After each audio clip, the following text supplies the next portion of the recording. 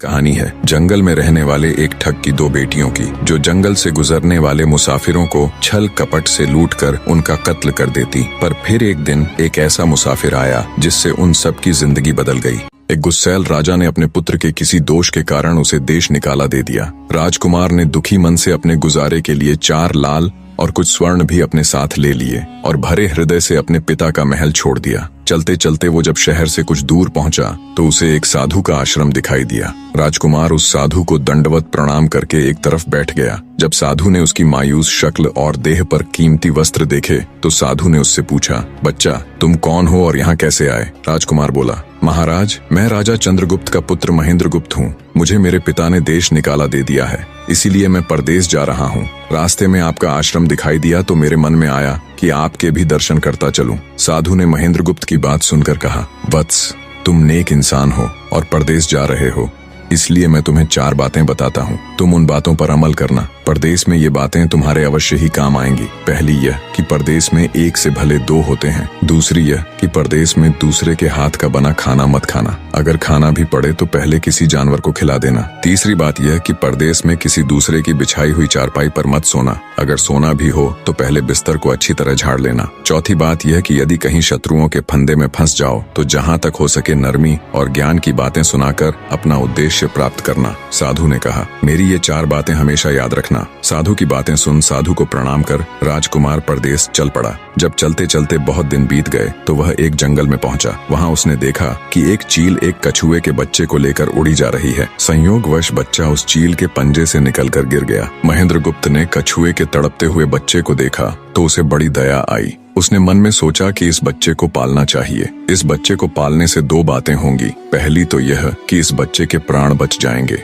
और दूसरी यह कि साधु द्वारा कही गई पहली बात भी पूरी हो जाएगी कि सफर में एक से भले 2 होते हैं और इससे बातें करते हुए दिन भी आसानी से बीतेंगे। यह सब सोचकर महेंद्रगुप्त ने बच्चे को अपने साथ ले लिया। अब सफर में उसके साथ वह कछुए का बच्चा भी हो लिया। कुछ दिन के सफर के बाद राजकुमार को एक अच्छा सा स्थान दिखाई पड़ा। उस स्थान पर पहुंचकर उसने कुछ खाया पिया और फिर कछुए के बच्चे से बोला, तुम यहाँ बैठे रहना, मैं जरा थोड़ी देर सो लूं। यह कहकर महेंद्रगुप्त एक पेड़ के नीचे सो गया। उसी पेड़ के ऊपर एक सांप और एक कौवा रहते थे। उन दोनों का यह दस्तूर था कि जब कोई मुसाफिर उस पेड़ के नीचे ठहरता तो सांप उसे डस लेता और कौवा उसकी आंखें निकाल लेता। नाग ने जब सोते हुए मुसाफिर को देखा तो पेड़ के नीचे उतरा और राजकुमार को डस लिया। सांप के डसते ही तुरंत राजकुमार के प्राण पखेरु उड़ गए। कुछ देर में जब कछुए की नजर महेंद्रगुप्त पर पड़ी तो वह उसे मरा देखकर बहुत घबराया और महेंद्रगुप्त के ऊपर बैठकर रोने लगा। तभी कौवा भी पेड़ से नीचे उतरा और ज्यों ही उसने महेंद्रगुप्त की आंखें निकालनी चाही त्यों ही कछुए ने झपटकर कौवे की गर्दन को मुंह से पकड़ लिया। कौवे ने बहुत जोर लगाया मगर कछुए ने उसे नहीं छोड़ा। तब कौवे ने सांप को पुकारा। कौवे की आवाज सुनकर सांप आ गया। उसने बड़े जोर से कछुए की पीठ पर डंक मारा परंतु कछुए ने अपना मुंह भीतर कर लिया। सांप ने कई बार कछुए की पीठ पर डंक मारा किंतु हर बार कछुआ अपना मुंह अंदर कर लेता। जब सांप का कछुए पर बस नहीं चला तो उसने कछुए से प्रार्थना की कि तुम मेरे मित्र को छोड़ दो। यह सुनकर कछुआ बोला, नहीं, तूने मेरे मित्र को डसा है, अब मैं भी तेरे मित्र की जान लूंगा। तू मेरे मित्र को छोड़ दे तो मैं तेरे मित्र को जीवित कर दूंगा। यह कहकर सांप ने काटी हुई जगह पर मुंह रखकर महेंद्रगुप्त के शरीर से विष खींच लिया और बोला, अब तो मेरे मित्र को छोड़ दे। कछुए ने जब राजकुमार को देखा कि उसे थोड़ा होश आ रहा है और उसका जहर उतर रहा है तो उसने कौवे को छोड़ दिया। जब महेंद्रगुप्त को होश आया तब कछुए ने उसे सांप के डसने का सारा हाल सुनाया। कछुए की बात सुनकर तुरंत महेंद्रगुप्त के मन में साधु की बताई पहली बात खटकी। सोचा, साधु की एक बात तो काम आई कि एक से भले 2 होते हैं। मन ही मन उसने साधु को धन्यवाद दिया और आगे बढ़ चला। चलते चलते कुछ दिनों के बाद जब वे समुद्र के किनारे जा पहुंचे तब कछुए के बच्चे ने कहा, मित्र, मेरा देश आ गया है। यदि तुम कहो तो मैं अपने माता पिता से मिलाऊं। उनसे बिछड़े बहुत दिन हो गए हैं, वे बहुत दुखी होंगे। महेंद्रगुप्त ने उसे जाने की आज्ञा दे दी और स्वयं रात को वहीं समुद्र के किनारे उस जंगल में ठहर गया। जिस जंगल में राजकुमार ठहरा हुआ था उसी जंगल में वहां से कुछ दूर ही एक ठग का परिवार रहता था। ठग के 2 लड़कियां और 4 बेटे थे। उसकी बड़ी बेटी ज्योतिष विद्या जानती थी। जब भी कोई राहगीर, कोई यात्री उस जंगल से गुजरता और उसके पास कुछ कीमती होता तो ठग की बड़ी बेटी अपनी विद्या से जान लेती थी। आज फिर से उसे बहुत दिनों बाद बहुत से खजाने की महक आई। उसने अपने पिता से कहा, ऐसा प्रतीत होता है कि इस जंगल में एक पथिक आया हुआ है। उस पथिक के पास 4 लाल हैं। यदि तुम लोग उस पथिक को यहाँ ले आओ तो उससे लाल लेना मेरा काम है। यदि वे लाल हमको मिल जाएं तो हम जन्म भर के लिए निहाल हो जाएंगे, परंतु उस पथिक को मारना मत, उसे जीवित ही पकड़ लाओ। ठग अपने बेटों के साथ तुरंत उसकी तलाश में निकल पड़ा। वे थोड़ी ही दूर चले होंगे कि उन्होंने देखा एक आदमी एक पेड़ के नीचे सो रहा है। उसे देखकर उन्होंने सोचा कि यह वही पथिक हो सकता है जिसके पास लाल हैं। वे उसे पकड़कर ले गए और अपनी बड़ी बेटी के हवाले करके बोले, इससे लाल निकलवाना अब तेरा काम है। ठग की बड़ी बेटी ने पूरे आश्वासन के साथ कहा, तुम लोग चिंता मत करो, मैं इससे लाल निकलवा लूंगी।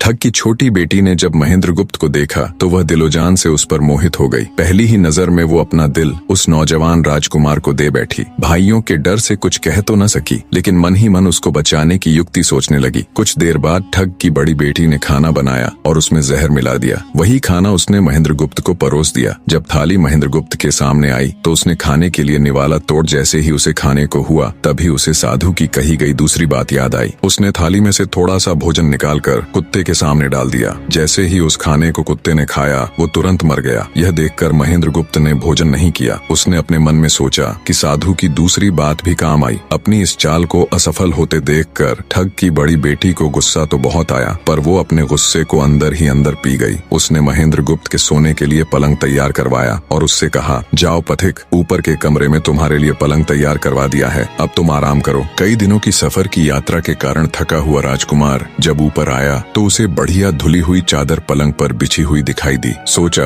जो हुआ सो हुआ, कई दिनों के बाद चैन की नींद तो सोने को मिलेगी। वो जैसी ही पलंग पर बैठने को हुआ तो उसे साधु की तीसरी बात याद आई कि परदेश में हमेशा बिस्तर को झाड़कर सोना। जैसे ही उसने बिस्तर को झाड़ा तो उसके होश उड़ गए। वो बिस्तर एक कच्चे सूत से तैयार किया गया था जिसके नीचे आग का कुआं था। महेंद्रगुप्त ने देखा कुएं के अंदर बड़े बड़े आग के अंगार धधक रहे हैं। सोचा साधु की तीसरी बात भी काम आई। उसने एक बार फिर मन ही मन साधु का धन्यवाद किया और पास पड़ी एक टूटी हुई चारपाई पर लेट गया। थोड़ी देर पहले जो राजकुमार चैन की नींद लेने की सोच रहा था, अब नींद उसकी आंखों से कोसों दूर थी। अब तो उसे अपनी जान के लाले पड़े थे। सोचने लगा, आज की रात बचना बहुत कठिन है। तभी ठग की छोटी बेटी मौका पाकर आई और कहने लगी, हे प्रिय, मैं तुम पर दिलोजान से न्यौछावर हूँ, परंतु आज की रात मेरे वश में कुछ नहीं है। आज की रात मेरी बड़ी बहन की बारी है। जिस तरह भी हो सके बस आज की रात मेरी बहन से अपने प्राण बचा लो, कल मेरी बारी है। हे स्वामी, मैं तुम्हारी दासी हूँ, मैं तुम्हें साफ बचा लूंगी। इतना कहकर ठग की छोटी बेटी चली गई। जब सब लोग खाना खा चुके तो ठग की बड़ी बेटी ऊपर बने कमरे में चली। सोचा अब तक तो पथिक जलकर राख बन चुका होगा, पर जैसे ही वो कमरे के अंदर आई और देखा कि पथिक तो बिल्कुल सही सलामत टूटी हुई चारपाई पर लेटा हुआ है तो उसके क्रोध की कोई सीमा न रही। तुरंत उसने कटार निकाली और क्रोध से बोली, हे पथिक, या तो अपने 4 लाल मुझे अभी के अभी दे दे, वरना मैं तुझको मार डालूंगी। उसी समय महेंद्रगुप्त को साधु की चौथी बात याद आई कि कहीं शत्रुओं के फंदे में फंस जाओ तो जहाँ तक हो सके नरमी और ज्ञान की बातें सुनाकर अपना उद्देश्य प्राप्त करना। उसने सोचा कि आज रात बचना मुश्किल है, पर साधु की चौथी बात भी आजमानी चाहिए। महेंद्रगुप्त ने यह सब सोचकर लड़की से कहा, मेरे पास लाल नहीं है। यदि तू मुझको मारेगी तो वैसे ही पछताएगी जैसे बंजारा अपने कुत्ते को मारकर पछताया था। लड़की गुस्से में बोली, कौन बंजारा और कौन सा कुत्ता, क्या बक रहे हो तुम? तब राजकुमार बोला, तुम नहीं जानती तो सुनो लड़की, एक बंजारा था जिसने एक कुत्ता पाल रखा था। वो कुत्ता बहुत समझदार था जिसे बंजारा अपनी औलाद से भी ज्यादा प्यार करता था। एक समय ऐसा आया कि एक कातक नाम की भयंकर बीमारी के चलते बंजारे का सारा परिवार उस बीमारी की भेंट चढ़ गया और बंजारे की करोड़ों की संपत्ति भी बिक गई। दुखी बंजारा अपने कुत्ते को लेकर आगरा में एक साहूकार के पास जाता है और साहूकार को 10,000 के बदले अपना कुत्ता गिरवी रखने को बोलता है। उस समय 10,000 एक बहुत बड़ी रकम होती थी। पहले तो बनिए ने बंजारे को मना कर दिया, पर फिर कुछ सोचकर उसने बंजारे को 10,000 रुपए दे दिए। कुछ ही समय बीता था कि एक रात सेठ के घर डाकू घुस गए। बंजारे का कुत्ता सब हरकत देख रहा था। सोचा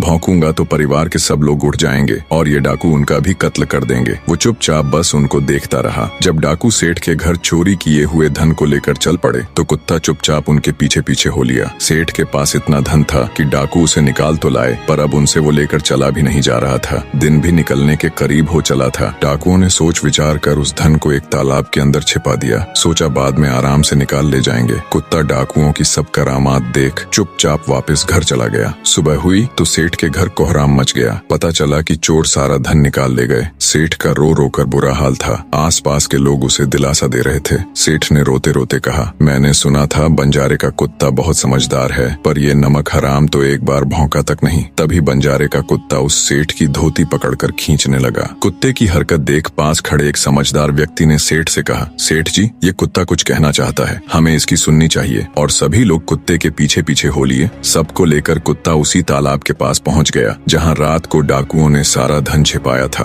और तालाब में घुसकर अशर्फियों से भरी थैली अपने मुंह में दबाकर बाहर आया। तुरंत सेठ के नौकर उस तालाब में कूद गए और चोरी किया हुआ सारा धन बरामद कर लिया। सब देख सेठ आंखों में अश्रु लिए कुत्ते से कहता है, मुझे माफ कर देना, मैंने तुम्हें बहुत बुरा भला कहा। सेठ ने वही कागज मंगवाया और बंजारे के नाम चिट्ठी लिखी, भाई बंजारे, तेरे कुत्ते ने मेरे 10,000 पूरे कर दिए। मैं तेरे कुत्ते को तेरे पास भेज रहा हूँ। अगर तुझे और भी 10, 20, 50 हजार की जरूरत हो तो मेरे पास आकर ले जाना। इतने समझदार कुत्ते को मेरे पास छोड़ने के लिए तहे दिल से तुम्हारा धन्यवाद। बनिया चिट्ठी कुत्ते के गले में टांग उसे नम आंखों से विदाई देता है। कुत्ता घूमता घूमता जब 4-5 दिन बाद बंजारे के पास पहुंचता है तो कुत्ते को आता देख बंजारे के तन बदन में आग लग जाती है। कहता है, मैं तुझे बनिए के पास गिरवी रख कर आया था और तू वहाँ से भाग आया। तूने मेरी बेइज्जती करवा दी। गुस्से में अंधा हुआ बंजारा तुरंत पिस्तौल निकाल कुत्ते को गोली मार देता है और सिर पकड़कर वहीं बैठ जाता है। कुछ देर बाद जब उसकी नजर कुत्ते के गले में टंगी हुई पर्ची पर पड़ी तब बंजारा वो पर्ची निकाल उसे पढ़ता है। पर्ची पढ़ते ही बंजारा फट पड़ता है। वो दहाड़े मार मार खून के आंसू रोता है। पर अब भला क्या हो सकता था। बंजारे की कहानी सुना महेंद्र गुप्त ठग की बेटी से कहता है, एक और कहानी सुनो लड़की।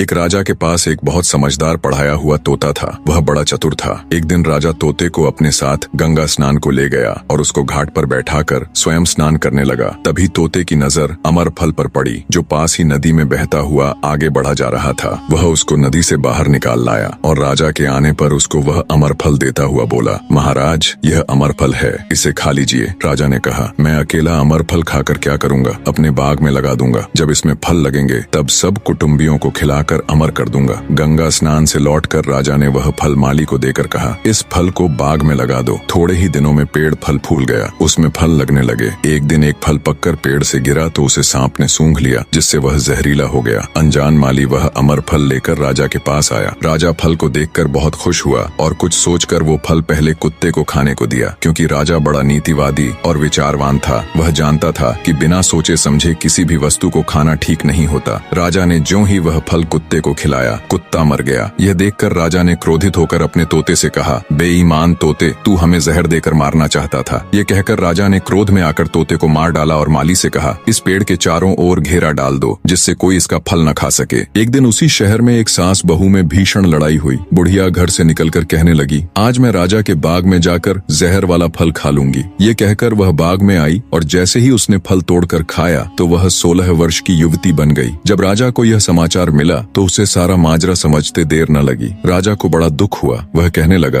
वास्तव में यह अमर फल ही है, मैंने व्यर्थ ही इतने समझदार तोते को मार डाला। इतनी दास्तान कहते कहते सवेरा हो गया। तब ठग की बेटी ने महेंद्र गुप्त से कहा, आज तो तूने मुझे बातों में लगाकर अपनी जान बचा ली, परंतु आज रात मेरी छोटी बहन की बारी है, वो तुझे हरगिज जीवित न छोड़ेगी। जब ठग की छोटी बेटी को पता चला कि महेंद्र गुप्त जिंदा और बिल्कुल सही सलामत है तो उसकी खुशी का ठिकाना न रहा। अपनी बहन को दिखाने के लिए ऊपरी मन से बोली, तुम निश्चित रहो बहन, मैं आज इससे लाल लिए बगैर छोड़ने वाली नहीं हूँ। दिन बीता और रात हुई। तब ठग की छोटी बेटी महेंद्र गुप्त के पास गई और बोली, भगवान का शुक्र है जो तुमने चालाकी से अपनी जान बचा ली। महेंद्र गुप्त बोला, तुम सब ऐसा क्यों करते हो? तब ठग की छोटी बेटी बोली, हमारी तो यही रीति है कि मेरे भाई और बाप मुसाफिरों को पकड़ कर लाते हैं और हम बहनें अपनी चालाकी से उनसे माल हथिया कर उन्हें मार डालती हैं। फिर वह बोली, पर तुम चिंता मत करो, अब मेरी बारी है और मैं तो दिलो जान से तुम्हारी दासी हूँ, तुम्हें जैसा समझ पड़े वैसा ही करो। यह सुनकर महेंद्र गुप्त बोला, प्रिय, तुम भी मुझे देखते ही पसंद आ गई थी। दिल करता है कि हर पल तुम्हारे पास ही रहूं। तुम अपनी बड़ी बहन की तरह नहीं हो, तुम एक नेक दिल औरत हो, तुमसे मेरा कुछ भी छिपा हुआ नहीं है। उसकी बात सुनकर ठग की बेटी ने कहा, तुम कहते हो कि मुझसे कुछ भी छिपा नहीं है, तो फिर वे लाल कहाँ हैं? महेंद्र गुप्त ने कहा, वो चारों लाल मेरी जांघ में हैं, अगर तुम निकालना चाहो तो निकाल लो। राजकुमार की बात सुन ठग की छोटी बेटी बोली, प्यारे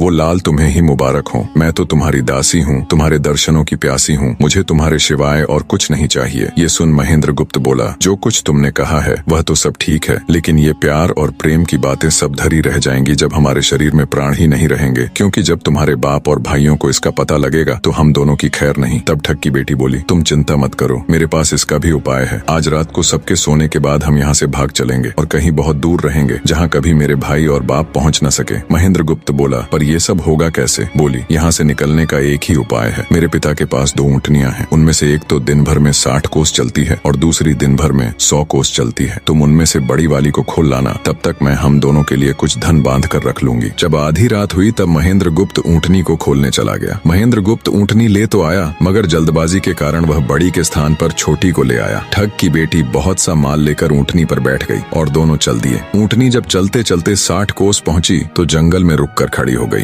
बीच जंगल में ऊँटनी को खड़ी देखकर महेंद्र गुप्त और ठग की बेटी के होश उड़ गए। ठग की बेटी बोली, अनर्थ हो गया, तुम रात के अंधेरे में बड़ी ऊँटनी की जगह छोटी को ले आए। मेरे पिता और भाई आते ही होंगे, वो हमें नहीं छोड़ेंगे। इधर जब सवेरा हुआ तो ठग ने देखा कि उसकी बेटी और मुसाफिर दोनों गायब हैं। उसने सोचा कि निसंदेह वह बदमाश मेरी बेटी को भगा ले गया है। तबेले में जाकर देखा तो पाया कि छोटी ऊँटनी गायब है और बड़ी वहीं है। सोचा ज्यादा दूर नहीं गए होंगे और ऊँटनी पर सवार होकर उसने उसे तेजी से दौड़ा दिया। थोड़ी ही देर में जंगल में उस स्थान पर जा पहुंचा जहां महेंद्र गुप्त और उसकी बेटी ठहरे थे। महेंद्र गुप्त ने जब उसको आते देखा तो बहुत घबराया और कहने लगा, देखो तुम्हारा पिता आ रहा है, अब उससे प्राण कैसे बचेंगे? लड़की ने कहा, घबराओ मत और जो मैं कहती हूँ उसे ध्यान से सुनो। जाओ, जाकर उस पेड़ पर चढ़ जाओ। जब मेरा बाप तुम्हें पकड़ने के लिए आएगा और पेड़ पर चढ़ेगा तो मैं चुपके से बड़े वाली ऊँटनी पर चढ़कर उसको तुम्हारी डाल के नीचे खड़ा कर दूंगी। तुम कूद कर उस पर बैठ जाना, इस प्रकार हम दोनों बचकर साफ निकल जाएंगे। यह सुनकर महेंद्र गुप्त तुरंत पेड़ पर चढ़ गया। तब तक ठग भी वहां आ पहुंचा।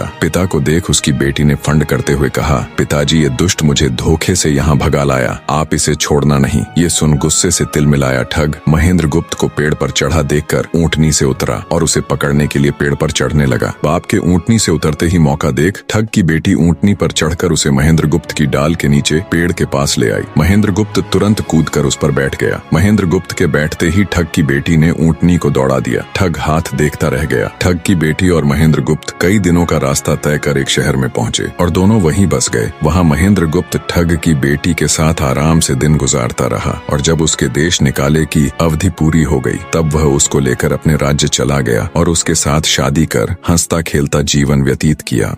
निष्कर्ष, महेंद्र गुप्त और ठग की बेटी की यह कथा हमें यह सिखाती है कि प्रेम और विश्वास का बंधन सबसे मजबूत होता है। जब बुद्धिमत्ता, धैर्य और निस्वार्थ प्रेम मिलते हैं तो असंभव को भी संभव बनाया जा सकता है। जीवन में चाहे कितनी भी कठिन परिस्थितियां क्यों न आए, सही निर्णय, संयम और परस्पर विश्वास हमें हर संकट से बाहर निकाल सकते हैं।